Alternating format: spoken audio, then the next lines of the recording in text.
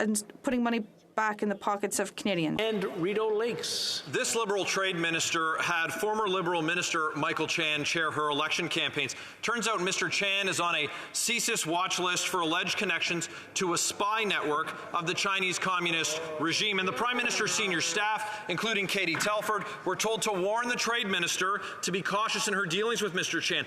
The Trade Minister refused to answer the question yesterday. I'll ask again. Why did the Minister ignore the warnings from PMO and Canada's intelligence service about having Mr. Chan chair her campaign, even though he had ties to spies for Communist China? The Honourable Government House Leader.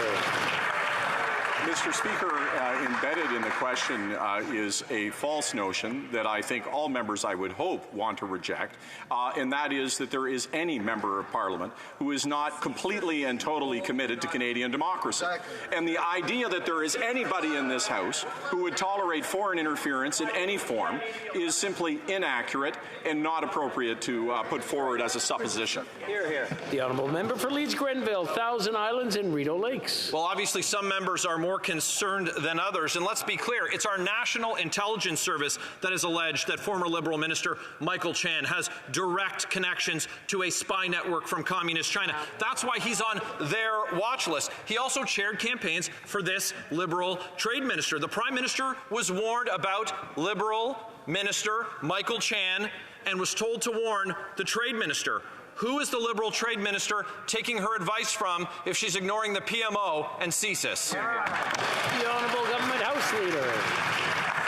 Mr. Speaker, I think that we need to be very careful when we talk to one another about casting aspersions about our loyalty to this country and our loyalty to democracy. Mr. Speaker, it is a presumption in every question that we ask that every member is dead.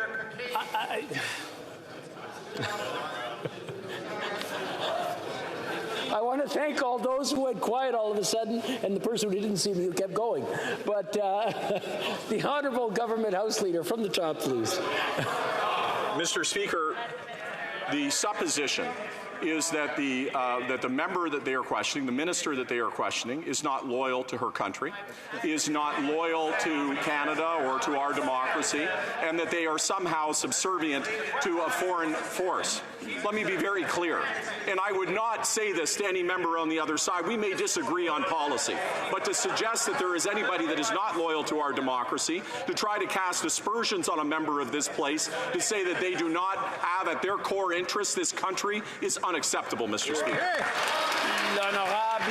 The Honourable Member for Mégantic-L'Érable. The facts, Mr. Speaker, is that the Liberal Trade Minister was found guilty of violating ethics law for awarding a multi-$1,000 contract to her best friend. This week it was revealed that the same minister hired a former Liberal Cabinet Minister, Michael Chan, to work on her election campaign. The problem is that the Liberals were notified by CSIS that Mr. Chan is on the watch list because of his ties to the Chinese Communist regime. Why has the minister not yet resigned from her position for having adopted the bad habits blindly of this Liberal Prime Minister? The Honourable Government House Leader. Mr. Speaker, that's totally unacceptable to say that, well, there is no one in this House here who is not loyal to our country. It is clear. The minister, not just the minister, every member in this House is absolutely loyal to Canada and to our democracy. And it is unacceptable to say the